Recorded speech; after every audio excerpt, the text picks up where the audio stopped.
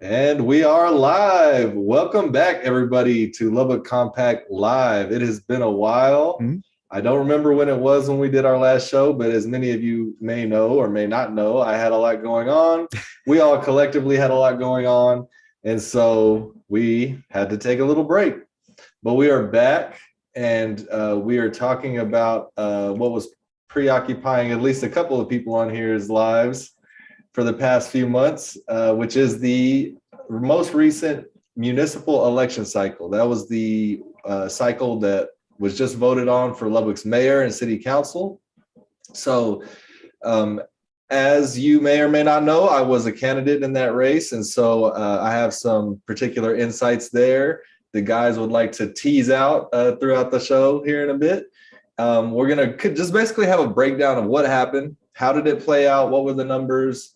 And yeah, just all of the details. We're going to break it all down for you. So that's my spiel. Welcome, everybody. Thank you for being here back with us. We are going to be a lot more regular as we once were. And we are watching the comments. So if you have questions, comments at any time during the show, we will see those as usual and answer those as usual. So I'm going to go ahead and introduce my two co-hosts here, Dr. Nick Bergfeld, of course, and our favorite guest co-host, Josh Shankles, is with us today. And so we'll get right into it. I'll kick it over to Dr. Nick to get us going. Yeah, so we're talking about the most recent election cycle. And when we try to dive into the numbers and make sense of these things, the first caveat that we really have to say is that in Lubbock today, voter turnout numbers are very low. And so our ability to understand what I would say the will of the people of the community is limited when it comes to looking at the overall results of these elections. Now, we can look at the numbers and we can think about voter turnout and why is it different in different places. But in terms of trying to understand, what is the mindset of the Lubbock voter, in this moment in time, the municipal election cycle didn't really tell us much about that. With a little bit less than 12% of total registered voters turning out on election day or in early voting to participate in this election cycle, it was near some of historic percentage lows for the city of Lubbock in terms of turnout for municipal elections. And what we also saw was that in some areas, some surprise, where even having low turnout in areas where you would have expected to have higher turnout. And so in this most recent municipal elections, there were 3 council districts that also were running at the same time as the mayor's race, districts 1, 3, and 5. Typically, when those types of districts, when a district is up for reelection, when a city council person is up for reelection, there's usually an increase in the number of voters that turn out for that election cycle because they have somebody in their community that they're voting for, or somebody who they, has issues that gets connected to them. And so they typically participate. What was interesting about this election cycle was that despite District 1 having a contested election between 2 viable candidates, Pat Kelly and now City Councilwoman Christy Martinez Garcia, voter turnout numbers in an area we had expectations of overall turnout being high were quite low. And that was, I think, one of the major surprises was to see areas that expectations-wise really didn't turn out in the same ways that historically we would have expected them to, based on trends for election cycles in previous Lubbock history. And so as we start to have this conversation, I think to me that's the first part that's important, is to think about, why is it that certain elements of our community are not turning out in historic numbers, right? Where the current numbers that we're seeing are reflective of a widespread amount of voter apathy within our community and a lack of engagement. And trying to understand why that is, I think, is one element of this conversation that I'd like to tease out as a part of it. Josh, I don't know if you have some initial starting thoughts before we dive into talking about this. Yeah, man. Well, I guess initial starting thought is that I'm super happy to be back with our audience and with all of you guys. Our people were missed, but it was nice to take a breather. Everybody kind of really exerted themselves. Not only this election, the election was kind of the capstone of like several different pushes that we haven't even been able to get into with our audience, you know. And so we were doing some heavy lifts for a long while now. So I think everybody just kind of needed some breathing room to kind of get back into it. As for the election, you know, I mean, I think you're right about everything that you have said, Nick. We are looking at a voter apathy issue that I think deserves attention for sure. And that said, you know, my experience, we talked to so many voters, so many people in our community. I mean, we were already talking to so many people in our community by virtue of the work that we do. And then that just like amplified and went up to the nth degree when we started walking blocks and doing events and just really pressing this political case. And I just have to say that the people that we met, like, the people is the reason why we do this work, you know, or at least it is for me. I think I could probably, I wouldn't want to speak for you, but I'd be pretty confident making that assertion, is that the people of our community is why we do the work that we do. And that is never not an edifying experience. And we met so many voters that were, you know, worthy of talking to and getting their feedback. And even like the grouchiest guy that I had an interaction with, we had some laughs and left in good order, you know. So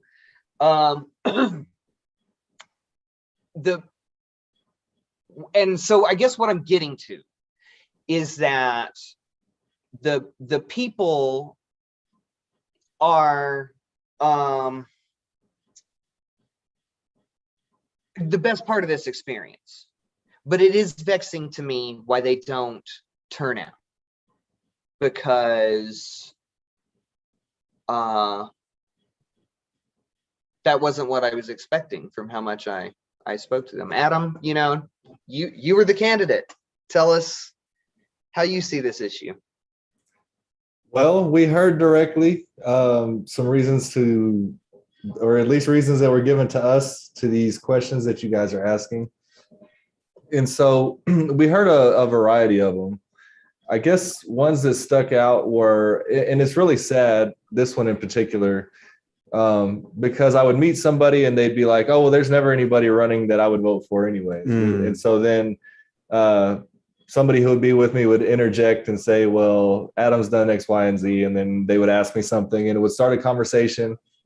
And so then by the end of the conversation, they were like, yeah, and they were like, had all this hope. And they were like, yeah, I would vote for you, but I'm not going to vote because my vote doesn't matter. And so that one right there is basically just a self-defeating strategy. So you're basically just not going to try.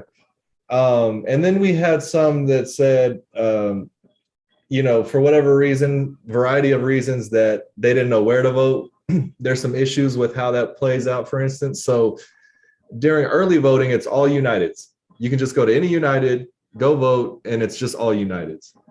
Well, on election day, that switches, and then it's no Uniteds, and then it's all these random places. And apparently this year, it wasn't even the election office itself. And so you had people going to places where there were no polls showing up to them, or you had people just not showing up at all because they didn't know where to go. And then you had people confused by the dates of voting. So, you know, they may have thought that early voting maybe went longer. We were as we were standing outside stores talking to voters, that was news to them when we were telling them, like, yeah, early voting is going on right now. Some of them actually turned and went back into the store and voted right then. But so there's a lot of, I guess, lack of, I'm not sure if it's a lack of communication. Somehow there's a disconnect between the voters and how do we do this thing, right? Yeah, there's different buckets, and like some of the Venn diagrams like overlap, and some of them are totally, you know, there's lots of there's no doubt lots of different pieces to this whole puzzle.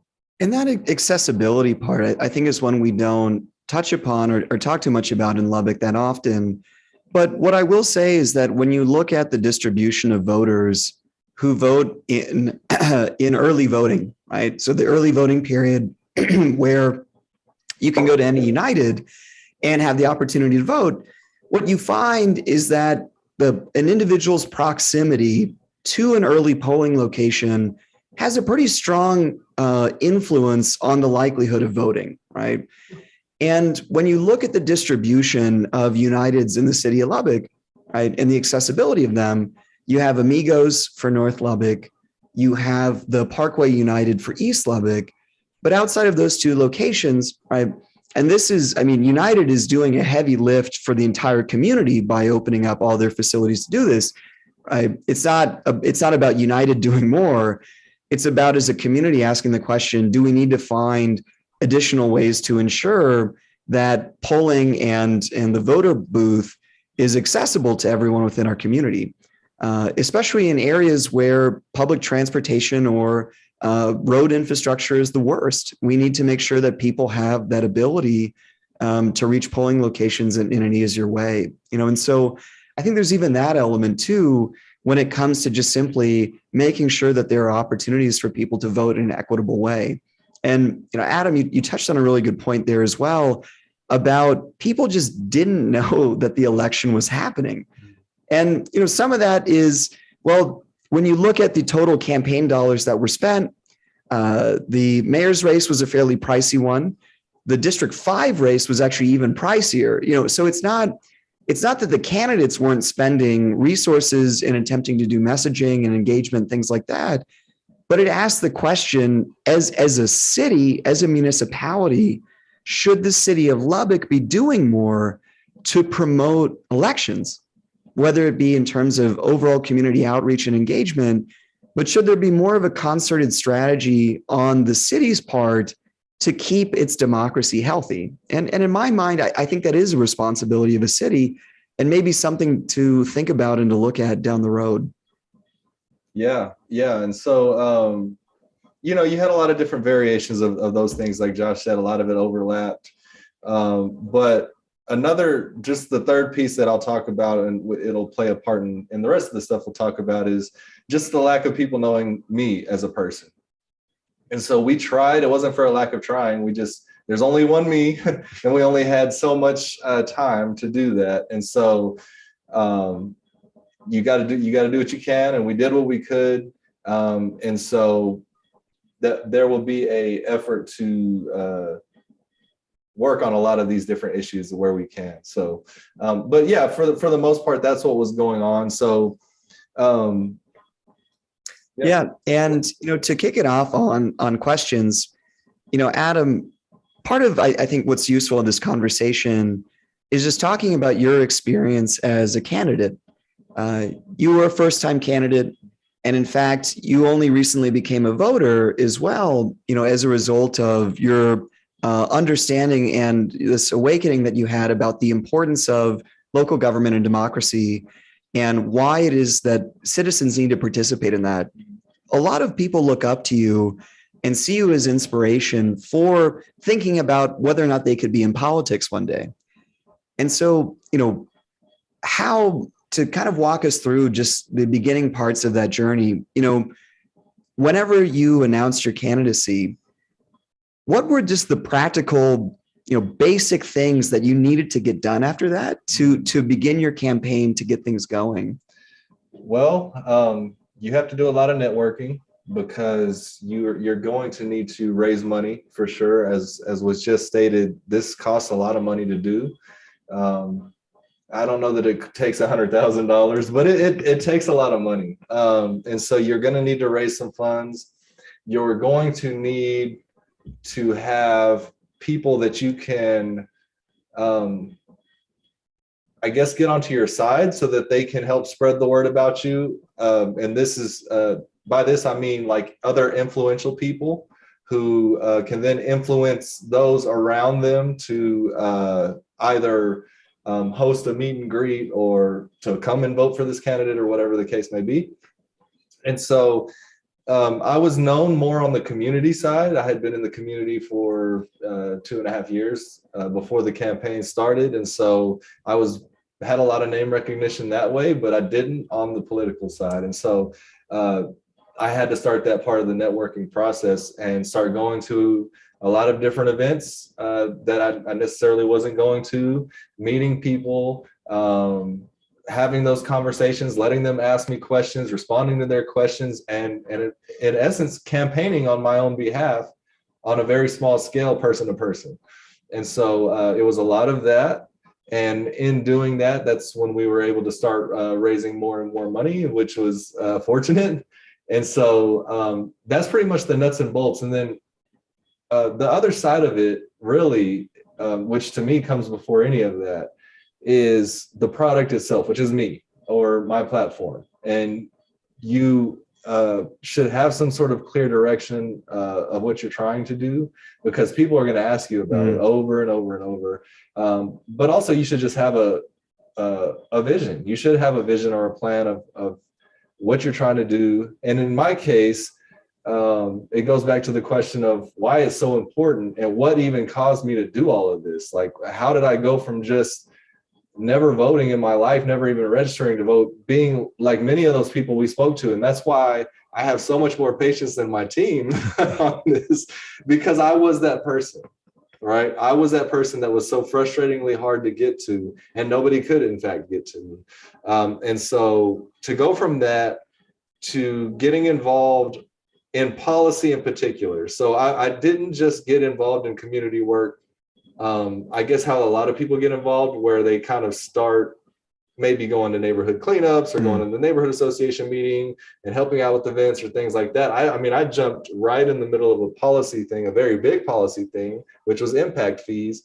And so I had to learn a whole lot in that side. And in so doing that, I became one of the most effective ones in the organization to actually go and deal with those policymakers. And so when I started to do that and started to see that we could actually change things, and even in the face of a council at that time, which was really not very welcoming, I guess you could say, to us, because of various reasons. We're okay now, but at that time it was not the case. And so even in that environment, we were able to make changes, big changes that, impact fees. If we had not got those, Lubbock would have been set up for failure. Right. We could have started counting the days on our city. And so that's a big deal. So impact fees will impact the city for a really long time. But also the mayor and the city council has so much more control over your lived environment, like your neighborhood, things that are going on there, than the president or any other state lawmaker. It's just the facts. And there's no electoral college in between that. It's straight from the voters and the candidate. That's the two sides of the equation, and that's it. And so it's very important. Yeah, this is a classic conundrum in politics, is that in many ways the least consequential candidates and races get the most attention, and often the most consequential to, just exactly as you say, our lived environment is like that. What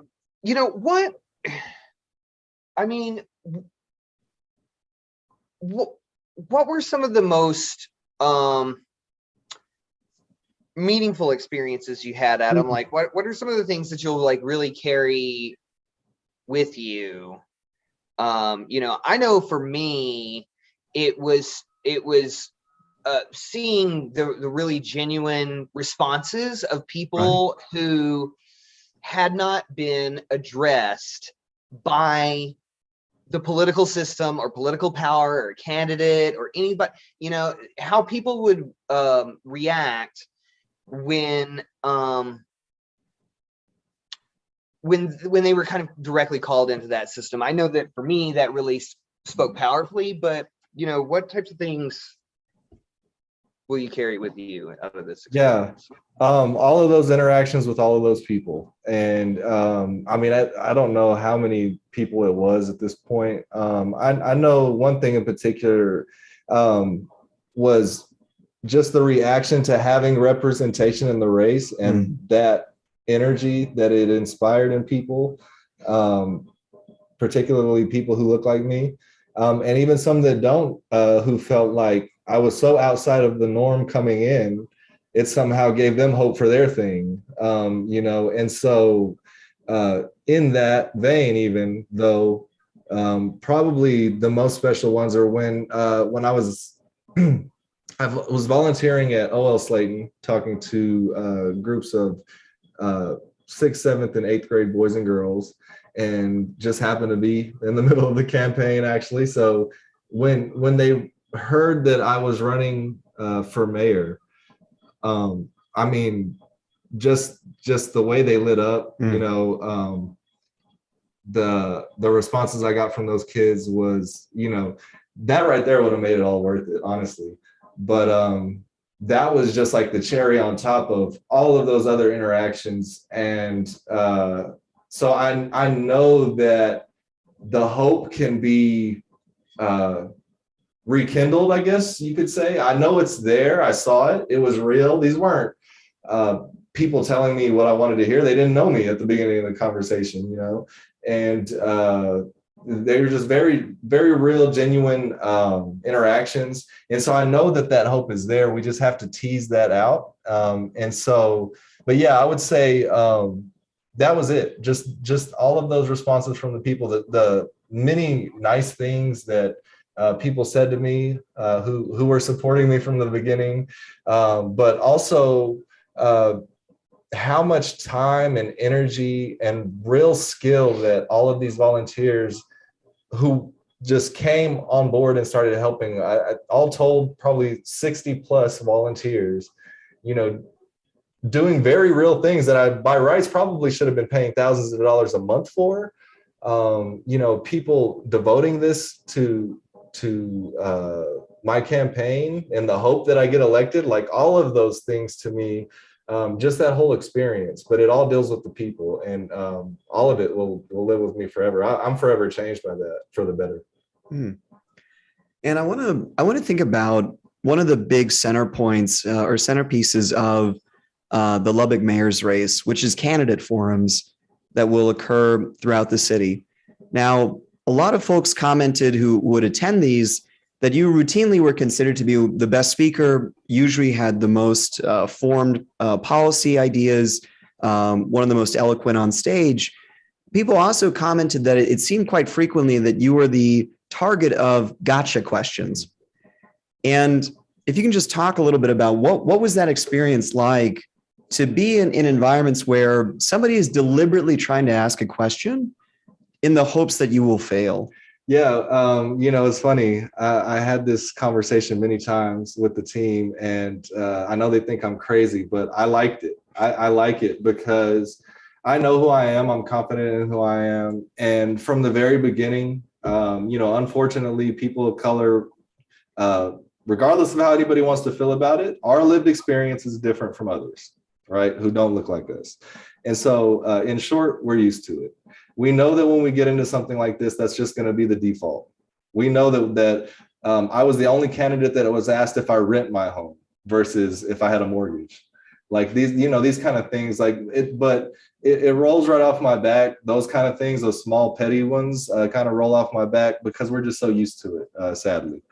But the gotcha questions I was prepared for, I knew that I was speaking from a knowledge base that other candidates weren't, because on a weekly basis for the last going on 3 years now, I've been involved in public policy. I've been at city council meetings month after month, neighborhood association meetings, meetings with LPD, every department you can name of, and so that was the knowledge base I was working from. So I knew that from a policy perspective, I could answer any question. And, the other gotcha questions were oftentimes just pretty silly and pretty easy to kind of get those out of the way and get to some real substance. And say for somebody who, because it's intimidating for a lot of people to think about, wait, I could be up on a stage and I could be called out in a deliberate way, right? And intentionally attempted to be made to feel uncomfortable where I am right now, either uncomfortable with the audience, uncomfortable with myself. And so, for somebody who would feel intimidated by that, what would you say to somebody who says, well, I just don't think I could survive gotcha questions. I just don't think I could survive that kind of scrutiny or that kind of, negativity around who I am as a person. Yeah, well, I would point them to some real life examples we had during this election cycle with the school board candidates. So Bethany Luna and Angelina Mojica in particular were the subject of those gotcha questions on that end. They were running for school board, but were being asked questions about abortion or about their identity or whatever, whatever the case may be that the folks in the audience may or may not be triggered by. And so I tried to give them some pep talks ahead of time, but it's all to their credit how they actually handled it in the situation. You just have to do it. Just do it. And that's the thing that I was telling them. And obviously we didn't push them to do something they didn't want to do. They wanted to do it. We were just more kind of trying to be support for them is why I'm talking about it, because we were close to those candidates as well. And so we were just trying to be support for them, but they made the resolution and said, no, I'm going up here. I know they're going to try these gotcha questions. I'm confident in who I am, and I'm just going to handle it. And they did it and they went through it.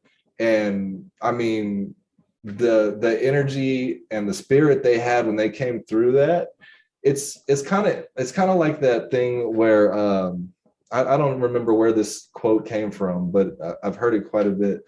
Is you don't really know who you are until you get punched in the face. Right. Right. Yeah, like if you're just willing to put yourself in the situation and then come out and realize that you'll live. Right. That's first and foremost. You have to understand that you're gonna live.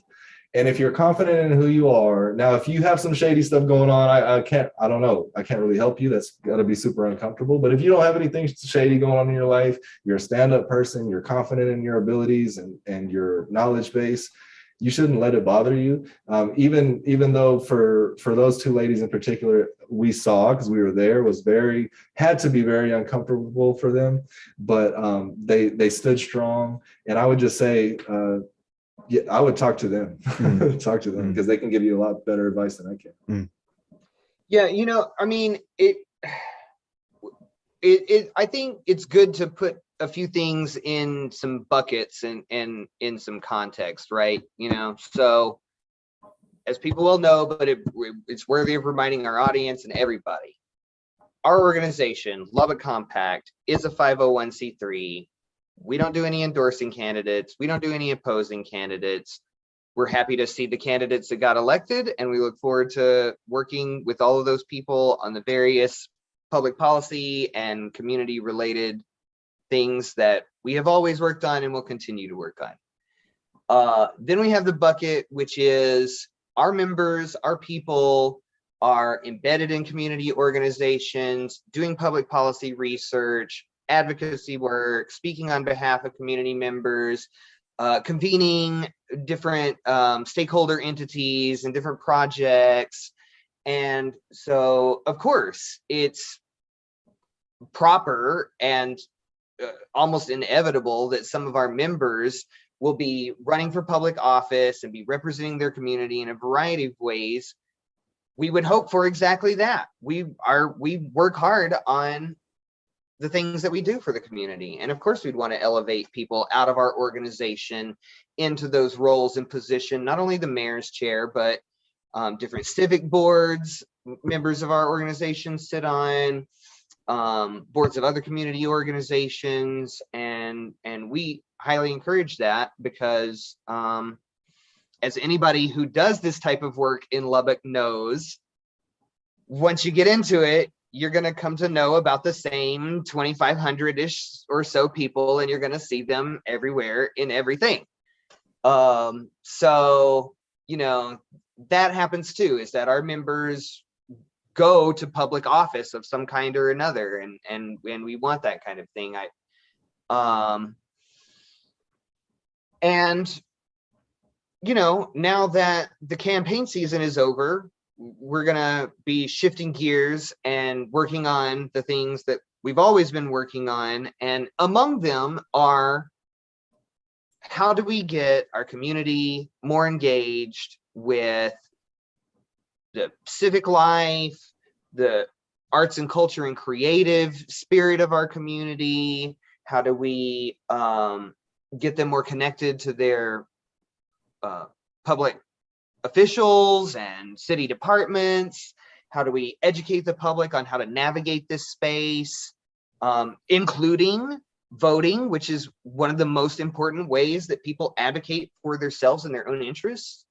And so our members being involved in this race now comes into the organization's work and informs the organization's work that has always been a part of our work, which is how do we call our community into this, and how do we take the work that is the civic life of and the public works and the built environment of a city, and make that something that the public understands and understands how to engage with and understands how to have agency within, you know?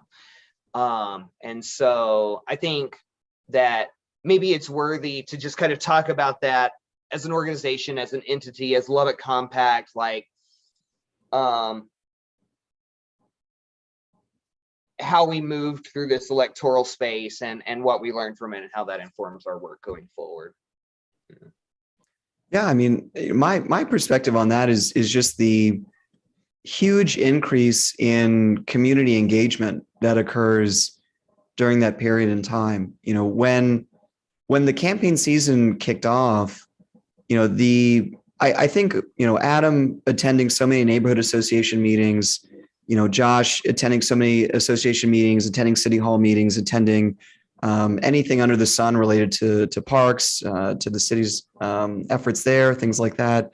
You know, already before the election cycle began, already had very strong inroads in communities, already had great connections into the city, city governance, things like that.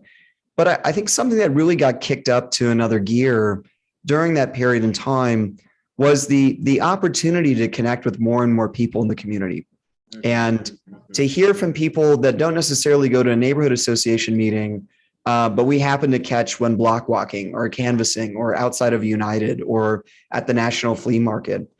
And having the opportunity, I think, to get this larger sense of feedback, which overall I think was validating, you know, if y'all would agree, of the efforts of the organization and the work, was to just, you know, open up that conversation to a larger part of the Lubbock community, and to see that even as we did continue to expand, that is, even as we did continue to engage more people, realizing that it's not a small subset of the Lubbock community that is interested in things that the Lubbock Compact is doing, or that what the Lubbock Compact is advocating for, the work that it's involved in, but that there's a much larger population of the city that really does care about and wants to be engaged and wants to be a part of this dialogue and wants to communicate.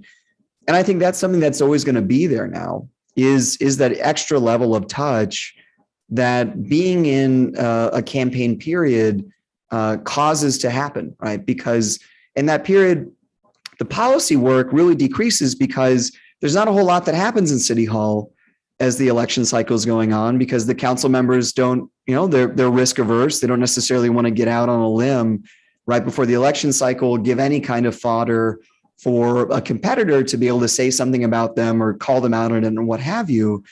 And so when it comes to policy advocacy, there's kind of a natural down ramping that occurs during that political window as a result of those actions of the organization. There's just not as much to engage in that period in time. And so I think there's kind of a natural carryover there of, you know, okay, there's a little bit of extra bandwidth. And so now it's about engaging the voter, it's engaging the citizen in understanding what are the outcomes that they want from this election, and what is the desired outcome, not necessarily the candidate, but what is that they want to see out of it. When they look at the individuals that got elected, how do they want to feel about those individuals? And I think by and large, we heard a pretty strong consensus, which is that people want to see individuals that represent them in government. Now, I think the barrier that a lot of us experienced when talking with folks was that they just didn't believe that was possible, you know, and I remember one that sticks with me of a guy just simply saying, well, haven't they already chosen who the mayor is going to be? When I talked to him about the mayor's race. And, it's sort of that type of mentality that ends up holding back this understanding that if these numbers did increase, right, if the community did turn out, that their vote matters a huge amount, right? That a single voter in that election cycle is worth 10, right? 10 or 11, right? People individually, because of those numbers, and recognizing that these races are winnable, that change is possible, but getting to that sort of level, right? And I think that's important, is understanding that people yearn for representation that truly is reflective of them and their values, but just do not believe that they have the ability to make that happen. Mm-hmm. Yeah. Yeah. Yeah. And to that point, and this is something that we spent the campaign, as much as I could talk to people myself, I would tell them. Obviously, it didn't have as much of an effect as we would like it to, but we're going to continue this. The thing about haven't they already picked the mayor? It's a fair assessment, right? And by the they mean a political machine, right? And so in Lubbock, it's not, I don't know that it's secret to too many people. There's a political machine here that does indeed choose their preferred candidate. And so I get it. We kind of grew up hearing that, and we grew up seeing that. And when Lubbock was much smaller, that was of much more consequence. And so there's people on all sides of the spectrum of the city, I've noticed, that don't understand how much bigger of a city we are now. And they don't understand that the old game has been outgrown because our city is so much bigger. And what we're seeing in election cycle after election cycle, it's very specific precincts who are choosing these elections, very specific ones. And if you just turned out just maybe 5% more in those other precincts that haven't been showing up, you could win every election in every cycle. That's just the fact of the situation. So it's not accurate anymore at this point in time in 2022 to say whoever the chosen powerful political machine candidate is, that they just sweep it automatically. Right. You can't say that anymore. It's not accurate anymore. At one time it was, but it's not. If you look at a map of Lubbock, as far as the precincts that I was able to win, I won almost half the city with less than 13% voter turnout. So if you were to just bump up the numbers in those same precincts that I won, we would have won. Right. And those other precincts that came out, that's all of them. That's all of them. Whoever it is that's turning out for the quote unquote establishment candidate, there's a limit to that. And we've seen that in cycle after cycle. And so it's just not accurate. And we have to get people to understand that. And it's not against anybody. It's not against any political group or anything like that. It's just been the reality in our city. And some choose to do politics that way. Great. But as far as on the people side, if the people want politics to be done a different way, they're just going to have to show up, and that's the bottom line. So we need to figure out how, the question's been asked here many times, we need to figure out how do we do that? We can't take an approach of, well, nobody's going to listen, everybody has their mind made up. We can't throw our hands up the same way those folks are throwing their hands up that say, well, they've already chosen the mayor. Right. Or my vote's not going to count. That's throwing your hands up.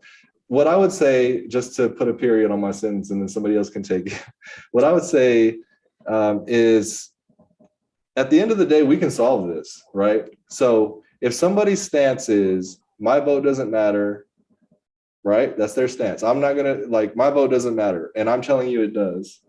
And we're talking about local votes in Lubbock. Let's just separate that. We're talking about local votes in Lubbock. If you say in Lubbock, in the mayor's race, city council race, that your vote doesn't matter, I say it does, right? So we have a disagreement about that. There is a very easy way and a definitive way to find out who's right is we all go vote. You go vote, I go vote. Now, if all y'all who say that turn out and vote and we don't win, we can shut up forever. That's the only way that you can prove it. But as long as you sit out, you could never prove that. And so what I would say is prove us wrong, go out and do it in one cycle. Everybody that says that their vote doesn't count, go out and do it and prove us wrong. And I guarantee you that will bump the numbers up in enough numbers to win an election. Right. Yeah. No, like, I mean, we got so many different buckets here, I'm just rapping, but like, there was an element to this to me that was kind of like, we say voter apathy, but that's in my opinion, that's somewhat broad. And there's some subcategories within that, right? And one of them is that Lubbock isn't that bad. Like it's not in shambles and things aren't going too horribly. And so this kind of gives people the impression that it's like, it's fine.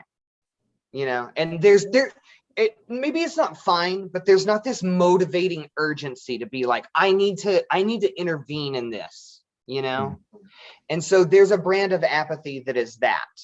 And I think it's kind of couched in like things are kind of fine in Lubbock, but there's another part of this that's like, so this week, I didn't get to get into this part of the story with you guys yet, but this week I went to a neighborhood association meeting, and this member of this association meeting's like, this our neighborhood is not pedestrian friendly. We keep seeing all these accidents with vehicles, and it should be easy to do something about it. And there was an elected official there, and this person was like, well, you just got to keep complaining, just keep complaining, just keep on complaining.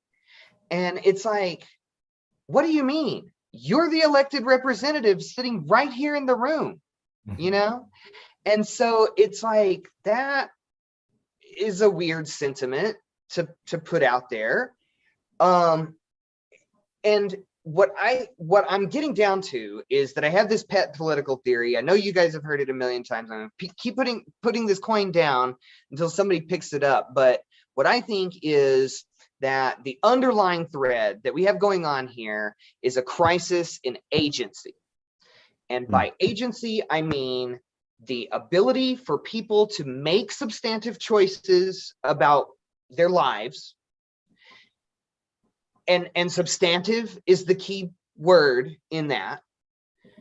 And that those choices will have a predictable outcome, right? Yeah. And we see kind of both ends of this under assault in our lives these days. So this substantive choices part is, how many things in our own issues that we've looked at can we name off in this? It's like, I want to live somewhere where it's not next to an industrial polluter, but I can't afford it. I think my kids should be able to walk to school without being run over by a car and have a neighborhood school, but that's not economically feasible, and our whole city is built for cars. Right. And so on the one hand, people's ability to make substantive choices is kind of being diminished, and people can sense that, right? And this points at the vote issue in that why would my vote doesn't matter. They've already picked it, On the one hand, it's like, my vote doesn't matter. They've already picked it. It's all crooked. The other angle is, my vote doesn't matter because I voted so many times and nothing changes, And so there's that angle to it too, right? And so and all these are on the side that's like not being able to make substantive choices, right? And then the other side is that those choices don't have a predictable outcome. So here it is that it's like, can I walk around in my neighborhood and not get shot? Can I, is my car safe outside, or is my catalytic converter going to get cut off of it? Is my house going to flood? during a rain event here in Lubbock. You know, I thought that I picked a place that I didn't need flood insurance. And so, and in all of this, people start to get really aggressively upset with the system. And we see that kind of locally, statewide, nationally. And then on the other hand, they get ever more withdrawn from the system. They're like, it's not looking out for me anyway. You know, why would I interact with that? And so I actually think that so many of the bugaboos that people have that are kind of like their thing, you could kind of take all the way down to this thread, which is like, to the degree that people sense there's a difference between the world that we do have and the world that we could have, they're not content with that gap, you know? And so that, I think, is the question that everybody engaged in this type of work, you know, maybe ought to be centered around, is like, how do we step into that gap? You know, how do we step into that space? Because people are hungry for it. You know, right. It's, you know, I do think about agency, and I agree with you that, because when you don't, you know, and this is, you know, the concept is learned helplessness, right? Sure. When you experience a lack of agency for an extended period in time, you start to develop, you know, and I hate it as a term, but that's what in psychology is called, is you start to develop a sense of learned helplessness, which is this idea that there's just nothing that you can do to get yourself out of the condition that you're currently in, that you have no agency whatsoever to be able to affect change and influence the outcomes or the circumstances in your environment. Right? And you know, how do we, I think as an organization, you know, I think that goes hand in hand with the work of the Lubbock Compact, because it's, you know, how do you get people to feel agency at the level of their neighborhood? Right? And how do you start to build that up? You know, how you mentioned, you know, traffic scares.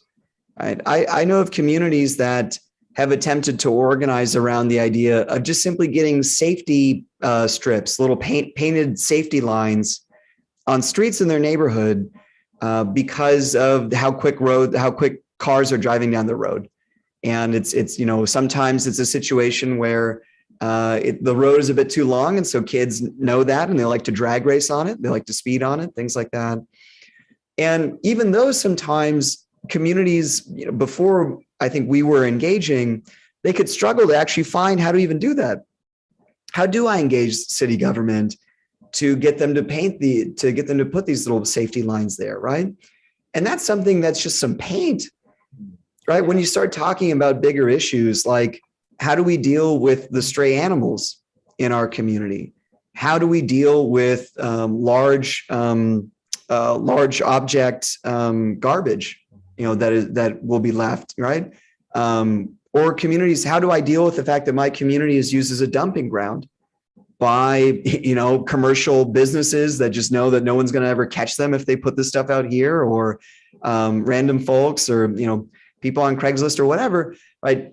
How, you know, that to me is sort of, how do we start to look at these things at the levels of communities and try to build this sort of feeling of agency again, right? That learned helplessness, we can't tackle it in every way, shape, or form, but how do you start to chip away at this sort of falsehood that there is nothing I can do to affect change?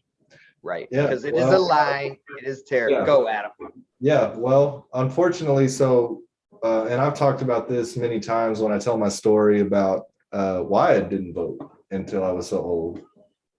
And part of it is that this gets passed down by the adults. It was the adults telling us that gave us that idea. We just picked it up and continued on with it and took it as gospel, apparently. And so, unfortunately, the answer is not a quick one.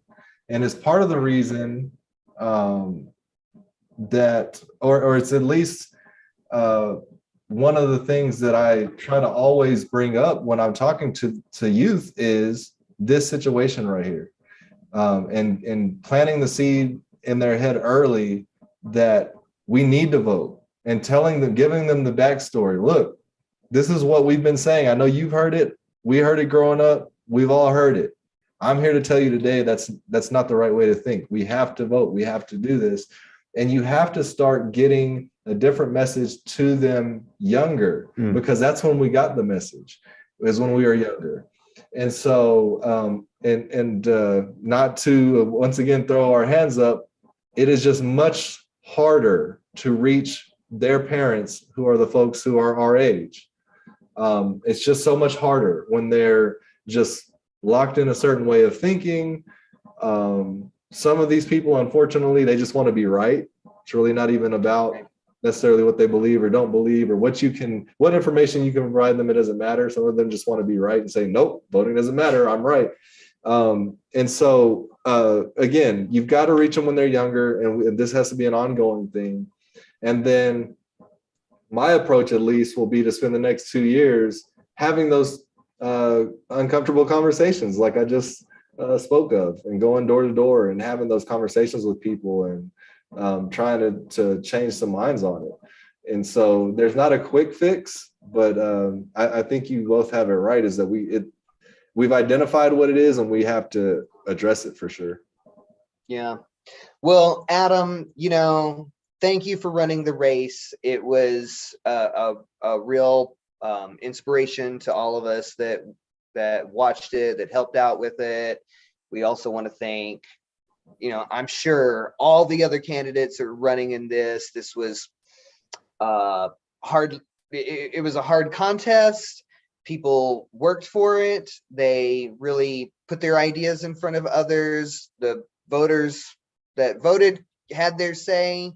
And so, I'm just grateful to have been involved, and really appreciate that the candidates were willing to stick their necks out the way they were for our community. I think that's really tremendous. Yeah, I would echo that. And I also just think about the historic nature of this race, right? And, Adam had mentioned this earlier. In the city school board races, we had individuals running for the first time, a woman running as openly as a lesbian, and for any local elected race in Lubbock's history. There were a lot of firsts in this election cycle. There were a lot of new relationships that developed in this election cycle.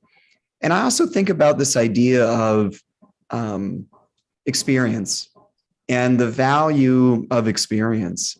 And I saw somebody was posting, Kim Gonzalez put in the Facebook chat, it was more than 60 volunteers, 80 plus volunteers in the end. And those 80 plus individuals that participated in this process, many of them had done that for the first time in their lives. And it was because of Adam. It was because of the candidates in the school board race. It was because they saw people that they saw were reflections on themselves, that they saw a part of them, and believed that this was a moment that they needed to get involved, that they needed to jump into the process, and they needed to participate. And so, yes, we're still dealing with an agency issue when it comes to the overall population of the city of Lubbock. But what I'll also say is that it was incredibly exciting to see a new generation of advocates in our community come into their own as this process. And you're only a rookie once when it comes to this type of political journey. And so every single one of those individuals now is a veteran of Lubbock politics and the process that it takes to go through and to become a politician. And so I think about that as a learning and as something that you can build on going forward, right? That's not something that's lost regardless of the outcome of the election. Those experiences are incredibly valuable. You think about, the challenges in becoming a candidate for the first time or becoming a volunteer for the first time. And how scary is it to knock on somebody's door in a neighborhood you've never been in and tell them why you care so much about this guy being the mayor of Lubbock, right? And how do I bring the emotion in that? How do I convince someone what I know inside of me is right? And just simply overcoming that hurdle. and recognizing that they do have the capacity to do that we all have that capacity to connect with others when we feel that passion, when we know that we need to help affect change.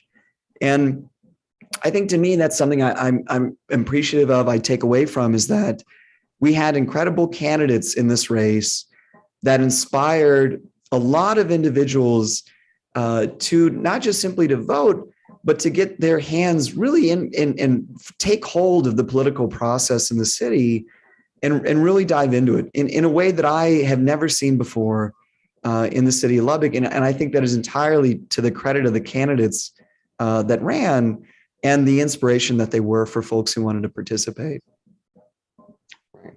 Well, thank you. Thank you, everybody that volunteered for sure. Yes, Kim corrected us. It was 80 plus volunteers. Just amazing. And so just thank you. Thank you to everybody for everything. And so we are at the end of our show, our very first show back after a long hiatus. And so we will be more regular. And so we will be coming back in some more regular fashion than we have been recently. Yeah, we've got some exciting guests and some exciting shows planned for you guys. Yeah, so stay tuned, stay locked in. Lubbock Compact is not going anywhere. Lubbock Compact Live is not going anywhere. And of course, we cannot leave an episode of Lubbock Compact Live without the mandatory ending reminder to join your neighborhood association. And we will see you right back here next time. See you.